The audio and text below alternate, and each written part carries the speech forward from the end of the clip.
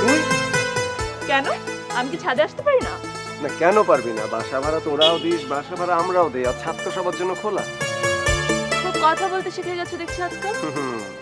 নতুন চাকরিতে জয়েন করেছি না, এখন তো একটু টটটর করে কথা বলা শিখতেই হবে।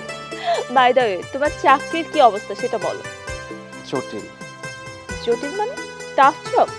জব টাফ না, কিন্তু বসটা টাফ। মানে?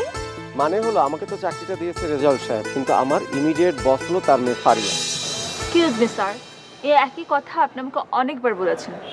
ঘটনা কি বলেন তো? আপনি আবার আপনার মেয়ে বসের প্রেমে পড়েছেন তো? প্রেম? তাও আবার ওই মেয়ের সাথে? কেন? সমস্যা কি তার?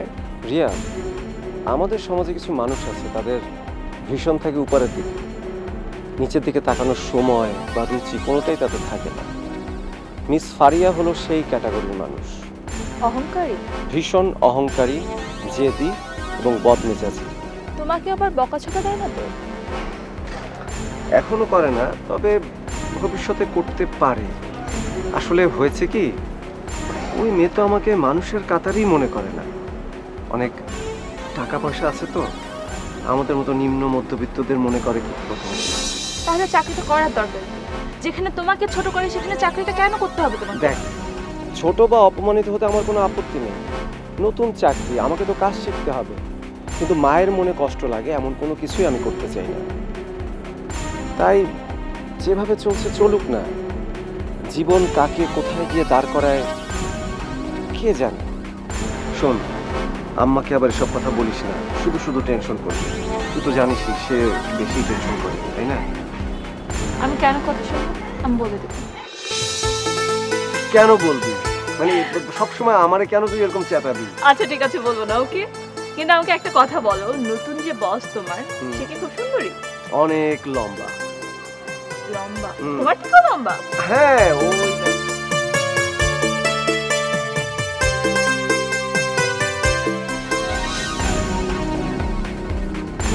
মা। হ্যাঁ বৌমা, বলো। আপনার সাথে কিছু কথা ছিল। কথা থাকলে বলবে, তার জন্য আবার পারমিশনের কি দরকার?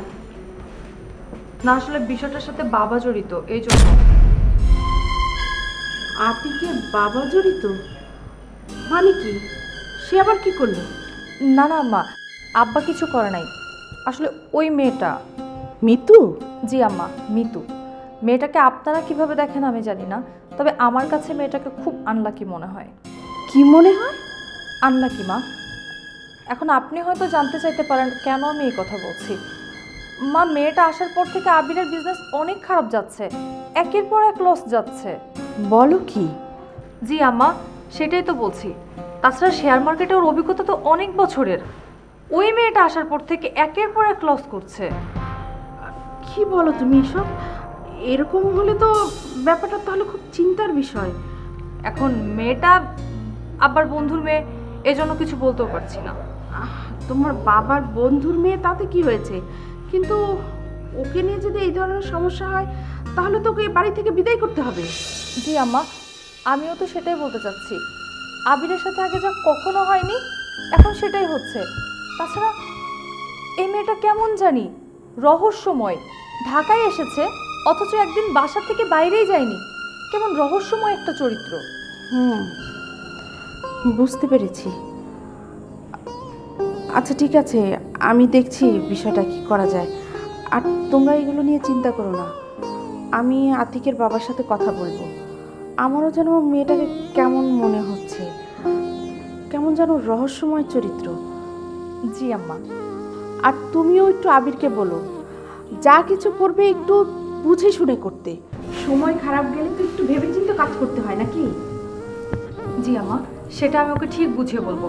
আপনি যত দ্রুত সম্ভব বাবাকে বলেন, বলে মেয়েটার ব্যাপারে একটা সিদ্ধান্তে আসা। আচ্ছা ঠিক আছে, আমি দেখি কি করা যায়। আসি আম্মা।